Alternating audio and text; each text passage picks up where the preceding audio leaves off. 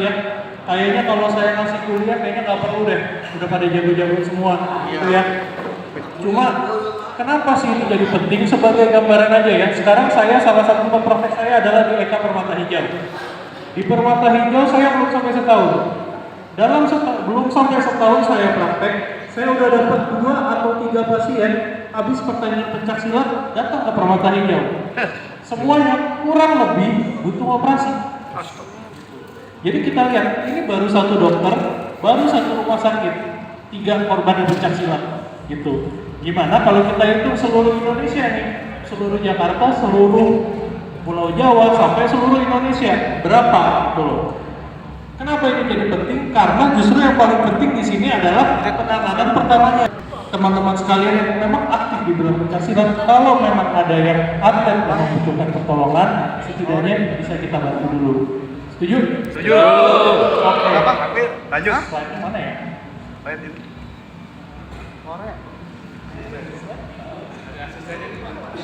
Slide-nya sekedar aja ya. Jadi kan memang cedera itu kan banyak banget ya. Ada tungkai atas, tungkai bawah. Oke, yang pertama, yang di sebelah kan ada gambar ronsen tuh. Kira-kira kenapa sih yang terjadi apa sih? Oh, fraktur. Ya, fraktur, patah. Patah itu artinya apa sih? Salah satu coba. Fraktur hancur. Gak akan dijudge nggak? Apa sih artinya patah? Fraktur?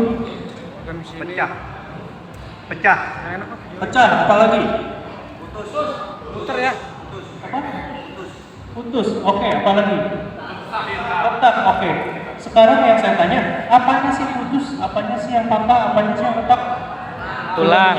Kalau fraktur, ototnya cedera atau enggak? Nah, beda-beda. Ya, jadi gini, perlu diluruskan dulu bahwa yang namanya patah itu nggak mungkin cuma tulangnya aja. Ya, kalau orang dengan curiga patah, jangan tata laksana tulangnya aja, tapi amati dulu bagian lainnya yang kelihatan. Tulang urusan saya, tapi kalau hal-hal yang lain yang kelihatan, misalnya otot, kulit, itu kita tolong urusan teman-teman dibantu dulu, gitu ya. Karena yang namanya patah tulang nggak cuma semerta-merta urusan tulang aja. Oke, next. Oke, ya ini tulang. Gambarannya ya, lanjut aja dulu, keluarin semua gambarnya. Jadi ya memang tulang ini yang seperti saya bilang, yang namanya patah itu kulit, otot dan teman-teman itu nggak kena, gitu. Jadi kita perlu recognize dulu ada masalah apa nih di depan-depannya. Itu nomor 1. Lanjut.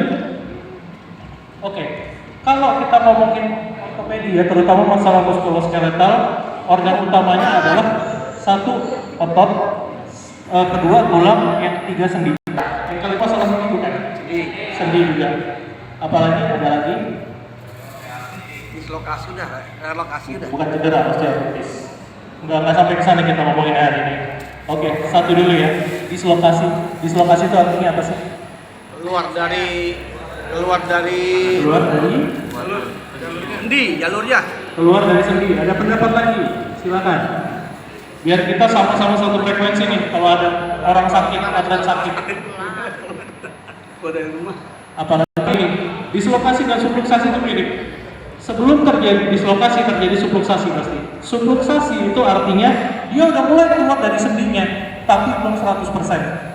Ketika sudah 100% keluar dari sendi, namanya adalah dislokasi. Kemudian yang ketiga, ankle. Ankle itu apa namanya? Bahasa kerennya apa sih ankle apa? Pernah dengar nggak ankle sprain? Ankle sprain artinya, ada yang tahu sprain itu artinya apa? Cepat. Sprint cepat. Sprain ini sprain. Bukan, sprain, S-P-R-A-I-N. Sprain. Sprain. Oke, cedera pada otot apa lagi?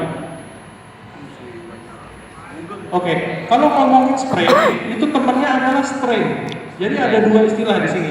Satu sprain, satu strain. Ketika kita ngomongin sprain, yang kita maksud adalah cedera pada satu kondisi yang paling banyak dikeluhkan orang setelah pencaksilat. Gitu. Oke, kita nggak usah jauh-jauh ke sana dulu deh. Sekarang gini, lanjut dulu deh. Oke, kita ngomongin tanda dan gejala ya. Katakanlah teman-teman lagi melatih atletnya atau lagi bertugas sebagai wasit di pertandingan pertandingan pencaksilat. Sekarang tiba-tiba jeder, atletnya jatuh. Apa yang pasti dilakukan? Ada satu hal yang paling penting pasti dilakukan sebelum dilakukan tindakan-tindakan itu, apa namanya, pasang bidai, kasih es, dan segala macam. Ada yang lebih penting apa lagi? Apa tuh? Apa? Reposisi atau lagi Pak? Ini kesadaran cuma salah satunya. Ada lagi nggak? Ya itu juga. Gini prinsipnya, kalau ada orang cedera, satu, amankan dulu situasi, ya. Jangan sampai orang jatuh, penontonnya datang semua ngerubungin, timnya ngerubungin. Itu orang nggak bisa ditolong, malah jadi masalah. Ya, amankan dulu. Gampangnya gini, pastiin orangnya masih hidup. Beneran, ini beneran.